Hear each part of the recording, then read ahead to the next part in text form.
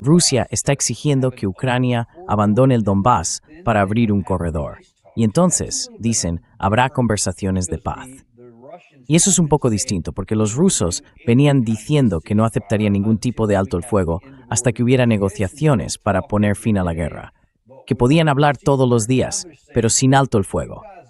Ahora están diciendo, mirad, si os vais del Donbass, y al parecer también de las 4 zonas que Rusia anexionó en 2022, entonces sí, habrá un alto el fuego y una negociación a largo plazo, porque creen que llevará tiempo. Pero Zelensky dice que no, que eso no es buena idea, que no lo va a hacer. De hecho, lleva tiempo repitiéndolo. Esto está fechado el 30 de abril. Él rechaza cualquier exigencia rusa de rendirse o de ceder algo. No va a entregar ningún territorio. Y hoy, creo que ha sido hoy, Peskov volvió a emitir ese mismo comunicado.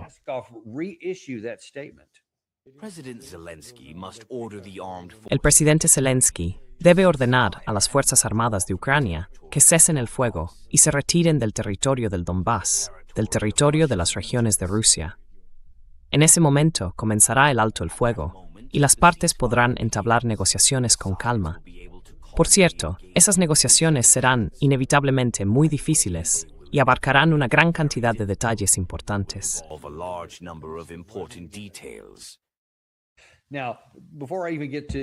Antes de entrar en la parte de Ucrania o en cómo lo ve Europa, ¿qué opinas del hecho de que el Kremlin diga, oye, estamos dispuestos a un alto el fuego ahora, siempre que haya una concesión importante por parte de Ucrania, es decir, una retirada de la zona del Donbass? ¿Qué te parece este cambio?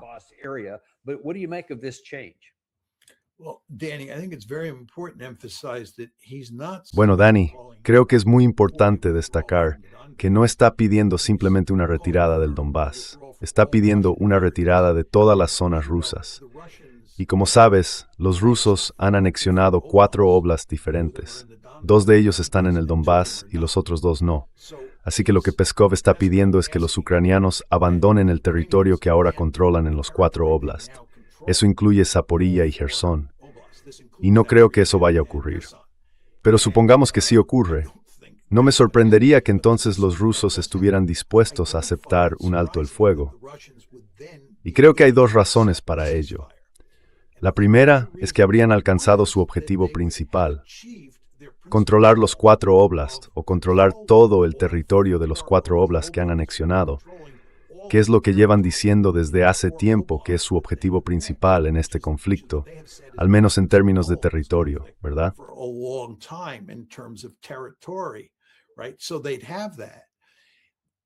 Así que tendrían eso. La segunda cuestión es que un alto el fuego no es más que otra forma de decir conflicto congelado. Y eso es exactamente lo que va a pasar aquí. La idea de que vas a tener un alto el fuego que luego abra el camino a negociaciones y que de ahí salga un acuerdo de paz, eso no va a ocurrir. Nunca vas a conseguir un acuerdo de paz real. Lo mejor a lo que se puede aspirar es a un conflicto congelado. Y lo que te estoy diciendo es que un alto el fuego, en la práctica, es eso, un conflicto congelado.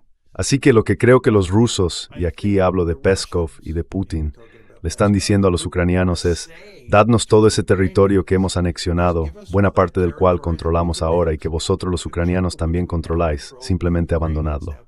Y entonces tendremos un alto el fuego, que será ese conflicto congelado. Y como era de esperar, Zelensky dijo, no, gracias.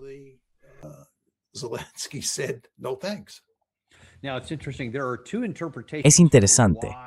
Hay 2 interpretaciones sobre por qué se ha producido esa pausa táctica, o al menos esa falta de avance por parte de los rusos. Voy a mostrarte las 2 versiones. Veremos cuál te parece más acertada. Primero la del general Ben Hodges, que lo analiza desde la perspectiva ucraniana.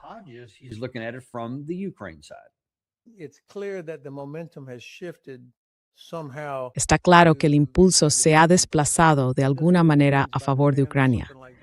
Eso no significa que Ucrania esté a punto de ganar ni nada por el estilo, pero creo que cada vez resulta más evidente que Rusia no tiene forma de derrotar realmente a Ucrania.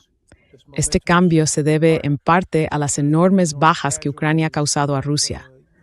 Por primera vez, las pérdidas superan lo que Rusia es capaz de incorporar a su ejército.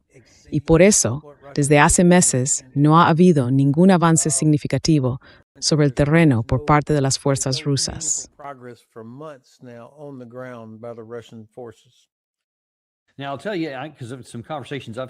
Mira, te diré algo. Por algunas conversaciones que he tenido aquí en Washington en los últimos días, hay un consenso general. La mayoría de la gente, incluso los que están en el campo más prudente, creen que Rusia ha perdido impulso y que no ha logrado conquistar Ucrania. Y como dijo el general Hodges aquí, no pueden hacerlo. No lo han hecho porque sencillamente no pueden. Así que, antes de contarte la otra parte de la opinión, ¿qué piensas tú del general Hodges y de esta visión predominante aquí en Washington?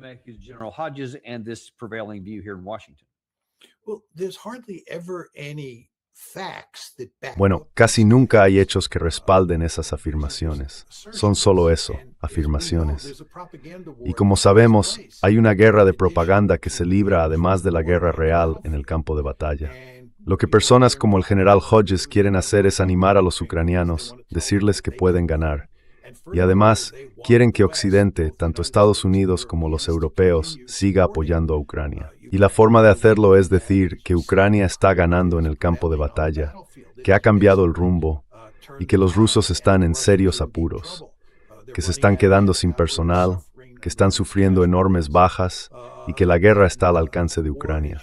Esa es la historia básica que se repite hasta la saciedad en Occidente, y es una historia que lleva años contándose.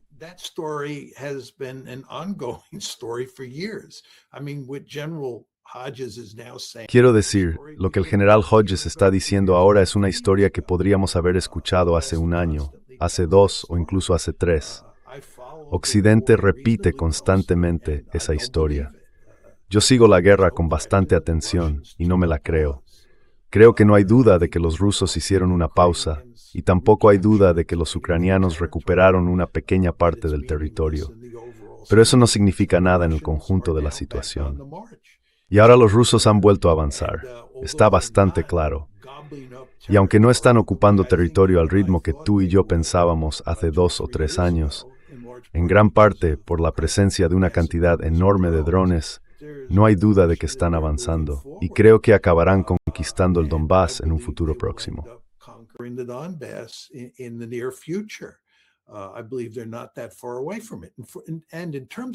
Creo que no están tan lejos de eso.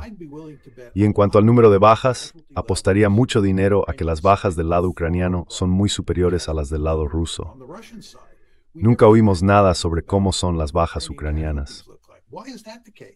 ¿Por qué pasa eso? ¿Por qué los ucranianos que podrían decirnos fácilmente cuáles son sus cifras no dicen prácticamente nada?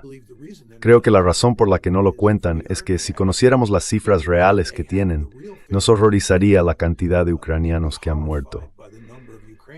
Pero además supongamos que los rusos apenas conquistan más territorio y que conseguimos un alto fuego a finales de este año. Supongamos simplemente que eso ocurre. At the end of this year. Let's just assume that happens. Who wins that war? It seems to me that ¿Quién gana esa guerra? A mí me parece que los rusos terminan con un 20% de Ucrania y con un conflicto congelado. Así que creo que no hay ninguna esperanza de que Ucrania recupere todo ese territorio que perdió en la quinta parte oriental del país. Simplemente no va a pasar. Los rusos van a mantener el territorio que han conquistado en esta situación hipotética que estoy describiendo. La única pregunta interesante en este momento es qué tan grande será la victoria de Rusia.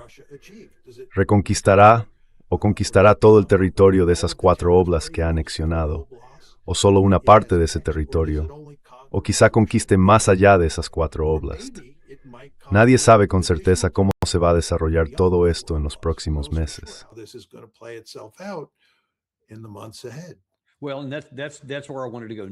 Bueno, y justo ahí es donde quería ir ahora. Esa es, digamos, la visión desde Washington, desde Kiev, desde el mundo occidental, que estamos desgastando a Rusia, y con la idea implícita de que de algún modo podremos recuperar terreno en el futuro, que las cosas acabarán saliendo a nuestro favor. Pero hay otra interpretación sobre por qué hemos visto esta ralentización en el avance ruso, y es que Rusia podría estar preparándose para algo mucho, mucho mayor y que lleva acumulando armas y munición desde hace bastante tiempo.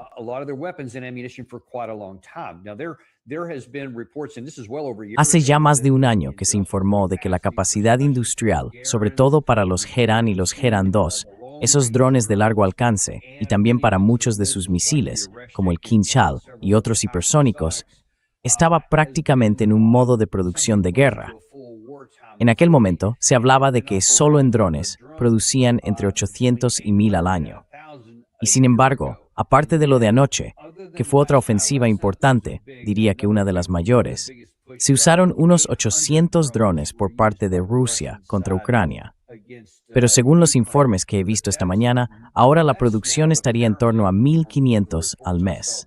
Aún así, no están utilizando ni una fracción de eso en el frente, lo que sugiere que han estado acumulando un gran arsenal.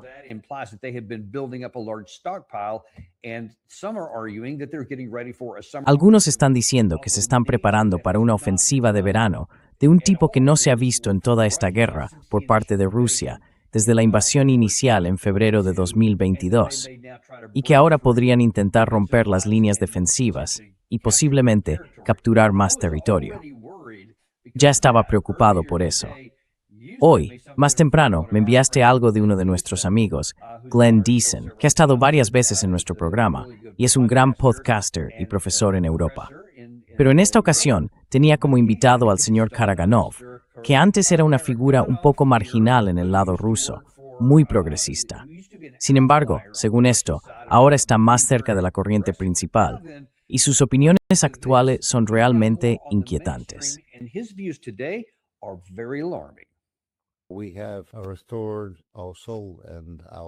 Hemos recuperado nuestra alma y nuestro honor. Hemos empezado a valorar a las personas de nuestra sociedad que realmente lo merecen. Las élites meritocráticas, los académicos, los médicos, los oficiales. Y el país está volviéndose más fuerte, más sano, pero por eso estamos pagando con demasiadas vidas. Así que mi consejo a mi gobierno es que deberíamos poner fin a esta guerra, al menos en Europa, subiendo un peldaño en la escalada. Primero, atacando con armas convencionales, puntos simbólicos o logísticos en suelo europeo. No necesitamos ni un solo centímetro de Europa, como podrán entender. Y luego, si no ceden, deberíamos continuar con ataques nucleares relativamente limitados, ofreciendo, por supuesto, algún tipo de ultimátum. Si aún así no ceden, algunos países de Europa deberían desaparecer.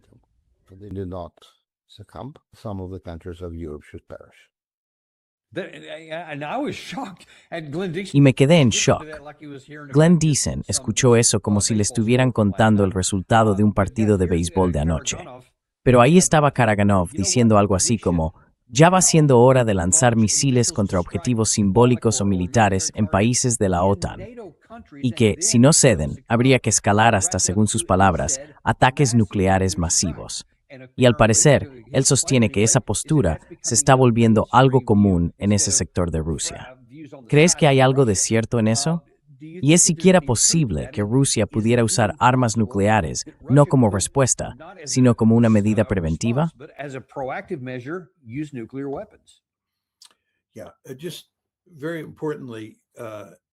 Sí, y esto es muy importante. Sergei Karaganov lleva defendiendo este argumento desde los primeros momentos de la guerra entre Rusia y Ucrania. Y al principio estaba claramente en minoría, pero como deja claro en esa entrevista con Glenn, su opinión sobre la necesidad de pensar en atacar objetivos en Europa e incluso en la posibilidad de usar armas nucleares contra países europeos es, según él, la opinión mayoritaria dentro de Rusia. Y eso resulta realmente impactante. Ahora bien, déjame decirte lo que creo que está pasando aquí. Creo que Karaganov y muchos otros rusos entienden que los europeos y Estados Unidos, aunque se centran sobre todo en los europeos, y eso es muy importante tenerlo en cuenta, de alguna manera separan a Estados Unidos de Europa y ponen el foco en los europeos como los malos de la historia.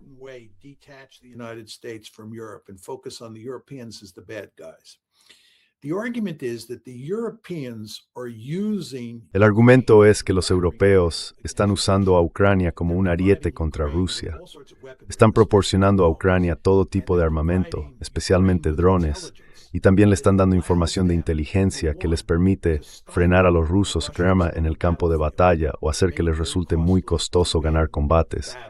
Y segundo, los europeos están ayudando a los ucranianos a atacar objetivos dentro de Rusia. De hecho, si uno observa lo que está ocurriendo, según la visión de Karaganov, los rusos están sufriendo cada vez más bajas, porque los europeos están dando a los ucranianos cada vez más apoyo. Les están proporcionando mejor inteligencia, mejores drones y así sucesivamente.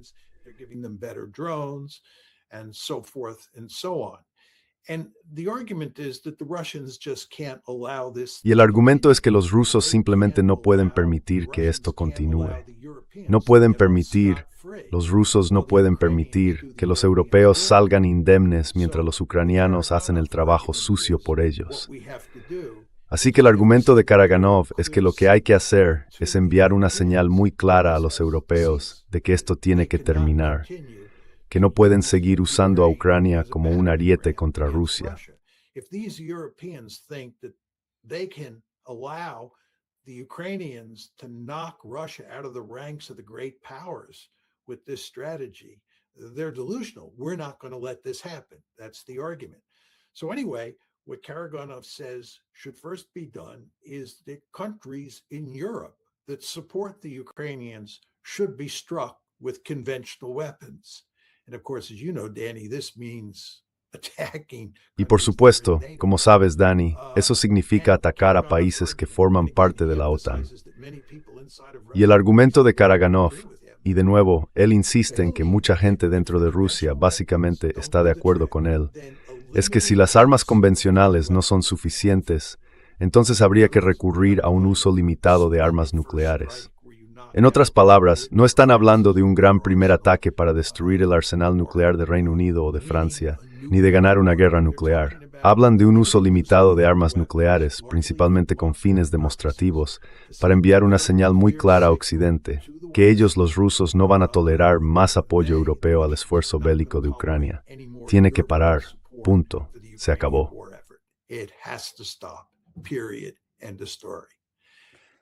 Lo siento, bien. No, iba a pasártelo a ti. Sí, vamos a echar un vistazo a algunos medios. Ese es Karaganov, ¿verdad? Antes se le consideraba a alguien con una visión extremista, pero ahora está entrando en la corriente principal. Aquí tenemos un par de cosas de las noticias de hoy en Rusia. Primero, las grandes potencias están entrando en juego. Se menciona una dirección inesperada de enfrentamiento entre la Federación Rusa y la OTAN, concretamente en Europa. Si seguimos leyendo, algunas declaraciones dicen que Rumanía debería prepararse con antelación para una posible confrontación militar entre la OTAN y Rusia, concentrando sus esfuerzos en la defensa del llamado corredor de Focșani. Esta advertencia la hizo el antiguo subcomandante de las fuerzas de la OTAN en Europa, James Everard.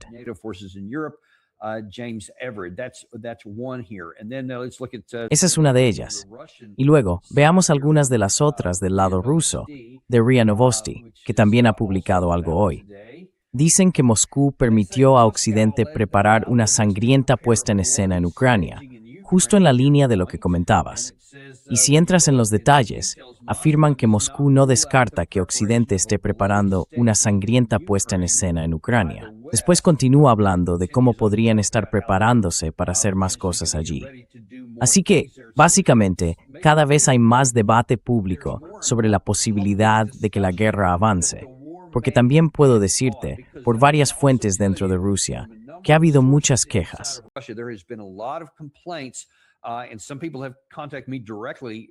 Algunas personas me han contactado directamente desde Moscú. Tienen amigos y familiares en el frente y me dicen que hay un creciente enfado con Putin por no hacer ciertas cosas. Dicen que, básicamente, los están reteniendo con una correa, obligándolos a avanzar poco a poco y sin permitirles seguir adelante. Y se preguntan, ¿dónde está el plan aquí? Así que están presionando a Putin desde muchos frentes. Y otra fuente que tengo me comentó que incluso algunos altos cargos a nivel del Politburó también lo están presionando. Está bajo presión para hacer algo más. ¿Le preocupa esa presión? Oh, for sure. Sí, claro, claro que sí. Y esta presión sobre Putin lleva ya bastante tiempo. Lo hemos comentado antes. Pero quiero hacer dos puntos que en mi opinión son muy importantes, Dani. El primero es que, mientras Trump se esfuerza por destrozar la relación transatlántica y se aleja de la OTAN, eso crea una situación en la que los europeos están, en cierta medida, por su cuenta. Así que de una forma muy significativa, Trump está jugando a favor de los rusos aquí, porque la seguridad estadounidense ya no está tan estrechamente vinculada a la seguridad europea como lo estaba con los predecesores de Trump. Así que conviene tenerlo presente. A medida que la relación transatlántica se deteriora, aumenta la probabilidad de que los rusos actúen de esta manera.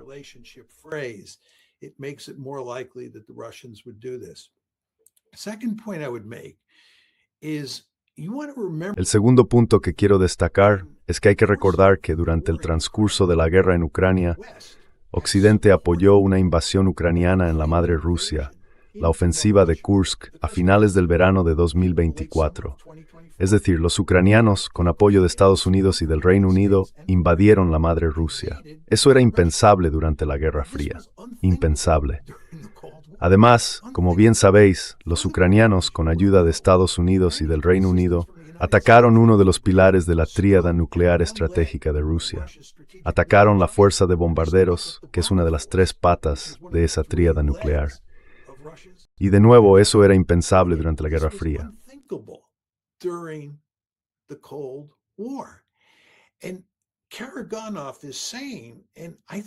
Y Karaganov dice, y creo que en esto tiene bastante razón, que en Occidente la gente ha perdido de vista el hecho de que vivimos en un mundo nuclear y de que Rusia es una potencia con armas nucleares. No puedes hacerle a Rusia lo que te dé la gana y salirte con la tuya. El argumento de Karaganov es que Putin y otros no han sabido transmitir ese mensaje a Occidente de forma clara y contundente.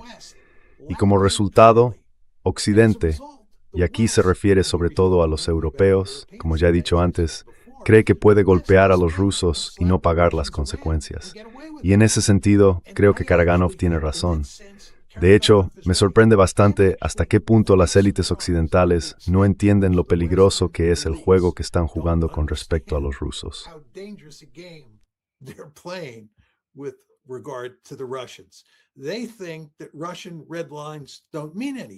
Ellos creen que las líneas rojas de Rusia no significan nada.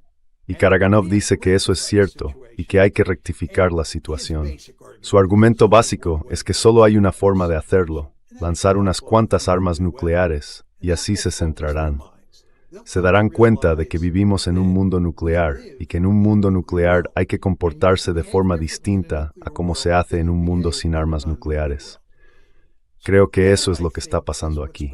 Y todo esto indica que, si personas como el general Hodge tienen razón, y ahora estamos en una posición en la que podemos derrotar a los rusos, en la que la situación está cambiando, deberían entender que eso aumenta mucho las probabilidades de que los rusos recurran a las armas nucleares.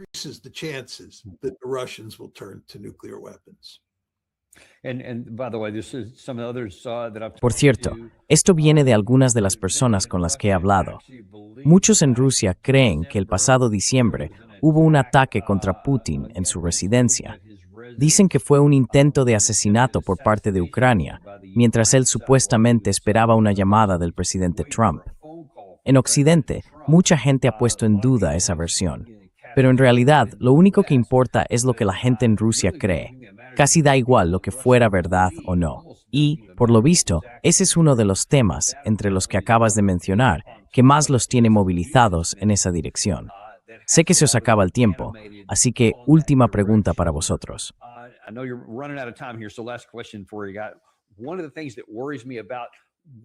Una de las cosas que me preocupa sobre si Rusia podría llegar a plantearse hacer algo que antes era impensable, incluso a nivel convencional, como atacar militarmente algún objetivo en territorio de la OTAN, lo que sin duda activaría el artículo 5, es si eso forma parte de su cálculo.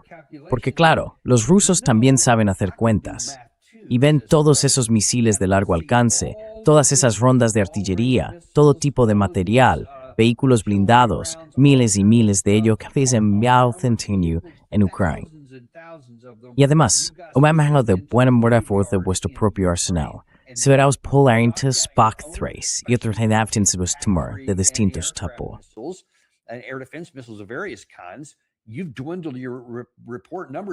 Has reducido tus cifras de informes. Estados Unidos también ha reducido las suyas. Y ahora, como mencionabas al principio del programa, incluso las hemos reducido aún más en Europa.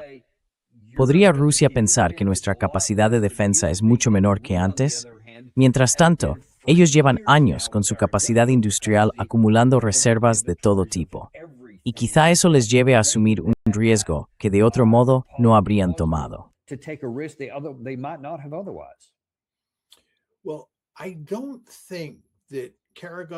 Bueno, no creo que Karaganov ni los rusos en general estén pensando en ganar la guerra usando fuerzas convencionales para atacar Europa Occidental, ni tampoco empleando armas nucleares. No creo que eso sea lo que está pasando aquí. De lo que habla Karaganov es de demostrar a Occidente que están dispuestos a subir la escalera de la escalada y que lo que van a hacer es colocar a ambos bandos en una situación, especialmente si se usan armas nucleares, en la que todo podría descontrolarse y acabaríamos todos incinerados. Pero lo que están haciendo es enviar un mensaje. A vosotros, Occidente, os corresponde la última oportunidad clara de evitar el desastre.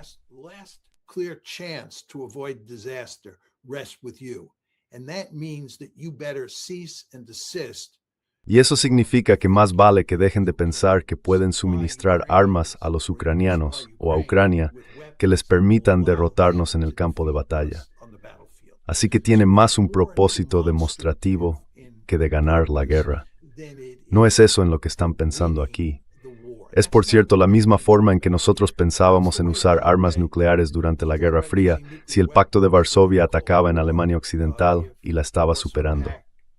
No pensábamos en usar armas nucleares como una forma de ganar la guerra. Lo que pensábamos era utilizarlas para demostrar al Pacto de Varsovia, o en este caso a la Unión Soviética, que hablábamos muy en serio y que más les valía detener la guerra de inmediato, antes de que subiéramos un peldaño más en la escalada. De eso se trata ese efecto demostrativo del que estamos hablando.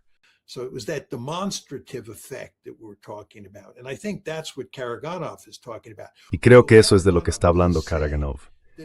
Aunque Karaganov dice que si el uso demostrativo de armas nucleares no funciona, entonces se sube un peldaño en la escalada. Y creo que él piensa que en algún momento Occidente se echará atrás, porque nadie quiere ser incinerado. Esa es la lógica básica aquí. Una vez que alguien usa armas nucleares, diría Karaganov, una vez que se utilizan, todo el mundo entenderá lo peligrosa que es la situación y todos se retirarán, ¿verdad? Ya está bien, no queremos ser incinerados. Así que, según esa lógica, los rusos solo tendrían que usar unas pocas armas nucleares para ponernos en esa posición. Esa es la idea. Espero de verdad que eso no ocurra. Quiero dejarlo muy claro, pero estoy intentando explicar lo más claramente posible lo que está pasando aquí.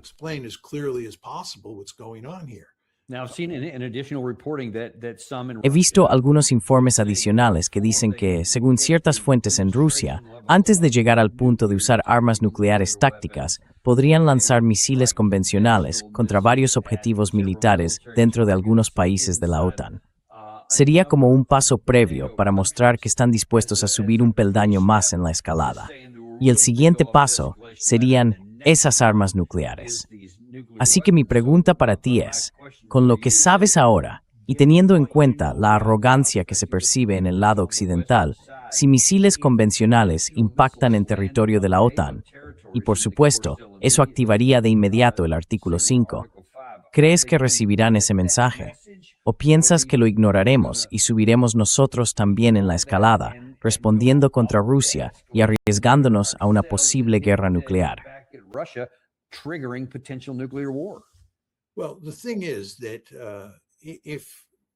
Bueno, la cuestión es que si los rusos lanzaran un ataque convencional de demostración contra, digamos, Polonia y Rumanía a la vez, no habría ninguna duda de que el siguiente paso en esa escalada sería el uso de armas nucleares. Hay suficiente debate público sobre esto, y los propios rusos lo dejarían claro. Si fueran inteligentes, dirían que este es el primer paso. No es nuclear, pero quieren que entendamos que si esto no funciona, subirán un peldaño en la escala nuclear. Así que lo entenderíamos. Entonces la pregunta es, ¿qué hacemos? ¿Qué harías tú? Nos golpean con armas convencionales y todos comprendemos la importancia de la garantía del artículo 5.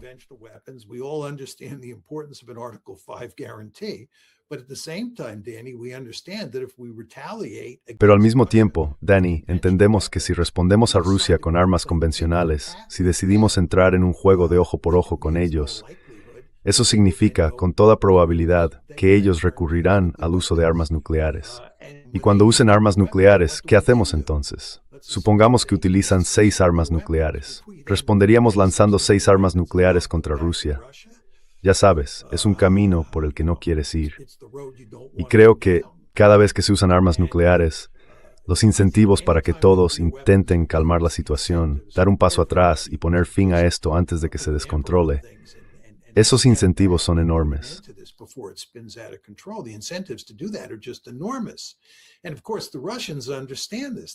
Y por supuesto los rusos lo entienden. Esa es la lógica que está detrás de la posición de Karaganov, ¿verdad? Que si ellos usan armas nucleares primero, no es que nosotros vayamos a tener ningún incentivo para usarlas después. Diríamos, mejor pongamos fin a esto. Y de nuevo hay que recordar que los estadounidenses intentan alejarse de Europa todo lo posible. Así que no van a querer verse envueltos en una guerra nuclear con Rusia, ni siquiera en una guerra convencional que implique a Ucrania. Por eso los rusos, ya sabes, tienen una posición bastante fuerte aquí, y eso es precisamente lo que da miedo, ¿no?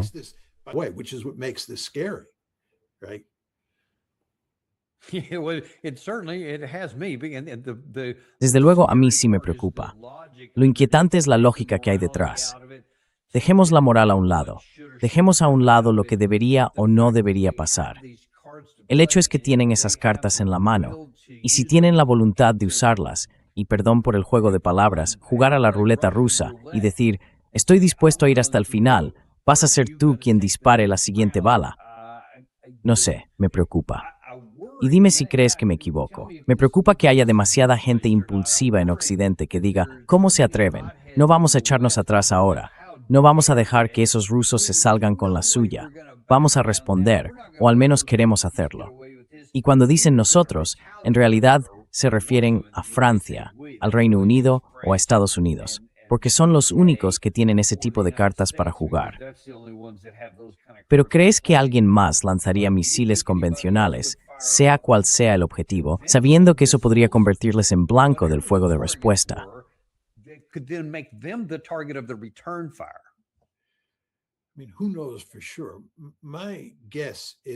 Quiero decir, ¿quién puede saberlo con certeza? Mi impresión es que habrá muy poca gente en Occidente dispuesta a subir esa escalada, a decir, saquemos unas cuantas armas nucleares y golpeemos a la madre Rusia como respuesta. Creo que la amenaza de una escalada nuclear que podría acabar en la aniquilación de todos nosotros es lo bastante fuerte como para que casi todas las personas sensatas piensen en cómo desactivar la situación, no en cómo aumentarla. El problema que tienes aquí, Daniel, si estás jugando la carta de Occidente, es que no hay manera de ganar escalando. Quiero decir, no es que puedas usar las armas nucleares occidentales para subir en esa escalada y lograr una victoria en una guerra nuclear.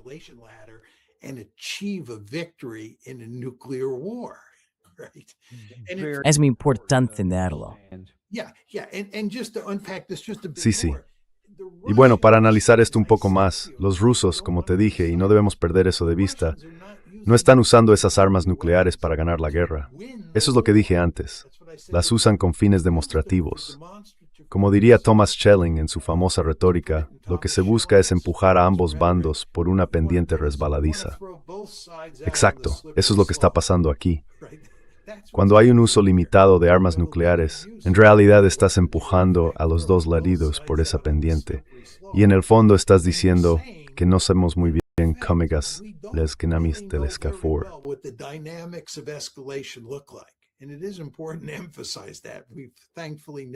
Y es importante subrayar que por suerte nunca hemos tenido una guerra con armas nucleares entre dos estados que posean armas nucleares.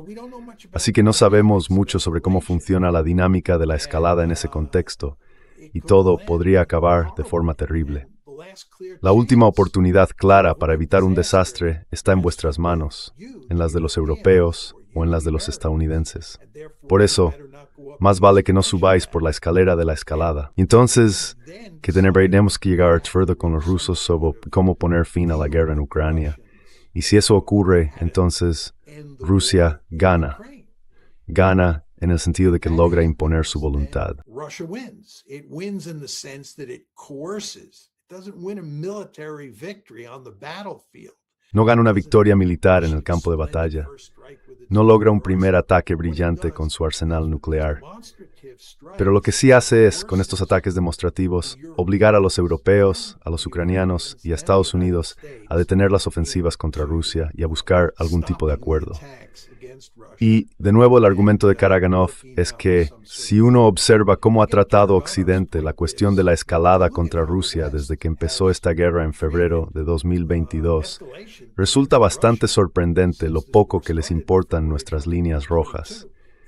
Creen que pueden hacernos cosas que ninguna de las dos partes habría soñado hacerle a la otra durante la Guerra Fría. Neither side dreamed of doing to the other side in the Cold War.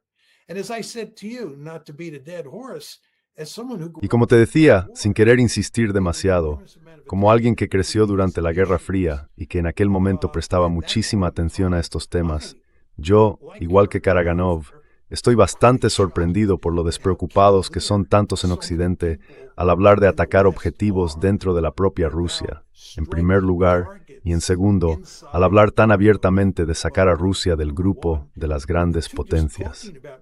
Ya sabes, hay gente que lleva diciendo eso desde el principio. Creo que ese fue el objetivo principal de la administración Biden cuando empezó la guerra. Creo que el general Austin, que por entonces era secretario de Defensa, lo dejó bastante claro. Queríamos sacar a los rusos del grupo de las grandes potencias, y queríamos hacerlo con sanciones, pero también con los ucranianos en el campo de batalla. Y en aquel momento pensé, deberíais pensarlo bien. Estamos hablando de un país con armas nucleares, que se preocupa por su supervivencia, y estáis hablando de sacarlo del grupo de las grandes potencias. ¿Y no pensáis que eso podría acabar en una guerra nuclear? No lo sé, la verdad. Pero la gente era muy despreocupada. Y de nuevo, ese es justo el punto de Karaganov.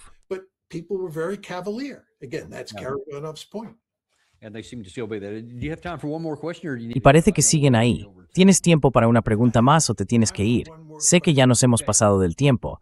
Yo tengo tiempo para una más. Vale. Hemos estado hablando de teoría, pero veamos si esto realmente llegara a ocurrir y lanzaran ese número limitado.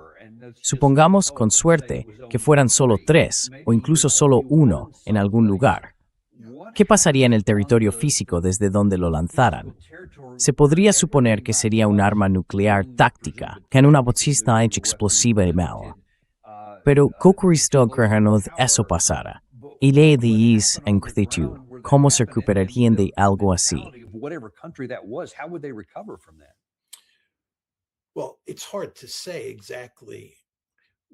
Bueno, es difícil decir con exactitud qué harían los rusos si se vieran empujados a usar armas nucleares. Igual que era difícil decir qué haríamos nosotros durante la Guerra Fría si el Pacto de Varsovia estuviera invadiendo Alemania Occidental y decidiéramos emplear armas nucleares. ¿Cuántas usarías? ¿Y contra qué las dirigirías?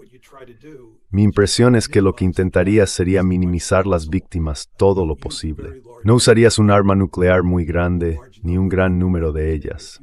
Quizá unas pocas, con una potencia no demasiado alta, y las dirigirías a zonas donde no haya mucha gente. Y lo que esperas en una situación así es que el simple hecho de usar armas nucleares baste para asustar a todo el mundo de verdad.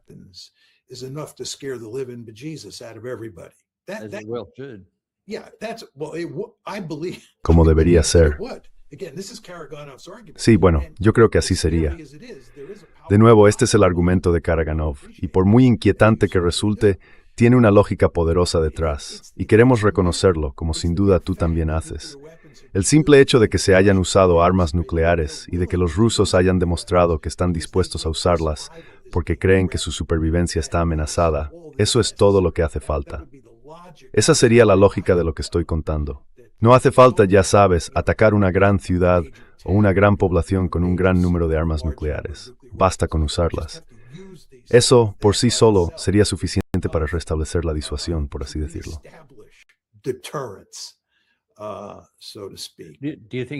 ¿Cree que el comentario de Karaganov en el programa de Glenn Deason fue algo que dijo por su cuenta o piensa que lo hizo con el conocimiento del Kremlin?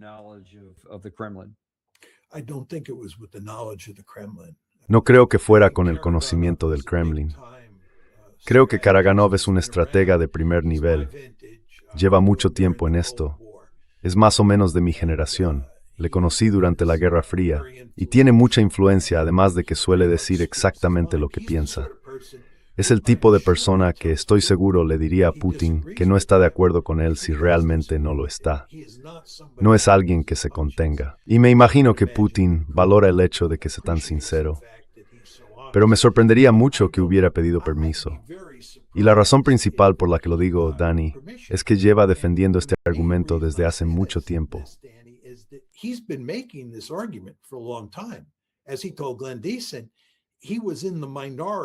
Como le dijo a Glenn Deason, al principio estaba en minoría. La mayoría pensaba que se equivocaba, que era simplemente una mala idea. Imagino que muchos rusos se quedaron sorprendidos con esa idea al principio. Pero con el paso del tiempo, cada vez más gente ha empezado a aceptar su argumento. Y se podría decir que desde el punto de vista de Putin, o desde la perspectiva de la élite rusa, es positivo que Karaganov participe en programas como el de Glenn y diga lo que dijo, alto y claro, porque eso envía una señal a Occidente de que los rusos están considerando seguir ese camino.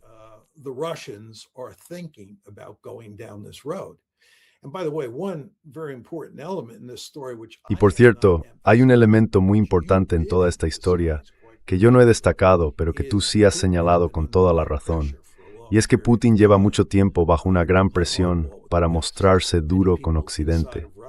Mucha gente dentro de Rusia piensa que ha llevado esta guerra como si fuera un gatito, que no ha sido lo bastante firme con Occidente. Y uno puede imaginar que ese mensaje le ha llegado a Putin. Ahora mismo hay mucha presión sobre él, desde fuera y también desde dentro de su propia cabeza, diciéndole que tiene que endurecerse. Y si eso es cierto, y yo diría que probablemente lo es, el mensaje de Karaganov sería un mensaje muy poderoso para él.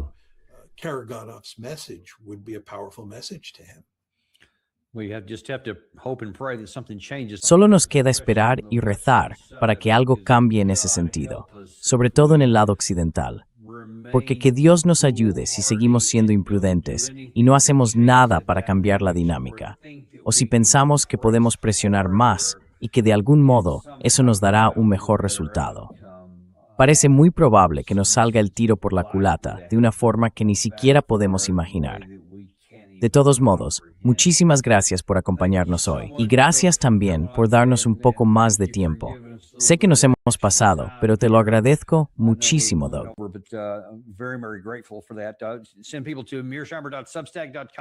Entrad en mearsheimer.substack.com para seguir a John entre sus visitas, porque siempre tiene cosas muy interesantes que decir, como las que hemos comentado hoy. Un poco impactante, sí, pero es la verdad, y son temas de los que tenemos que ser conscientes antes de que se conviertan en una crisis. Así que gracias por venir. Y gracias también a todos vosotros. Nos vemos en el próximo episodio de Daniel Davis Deep Dive.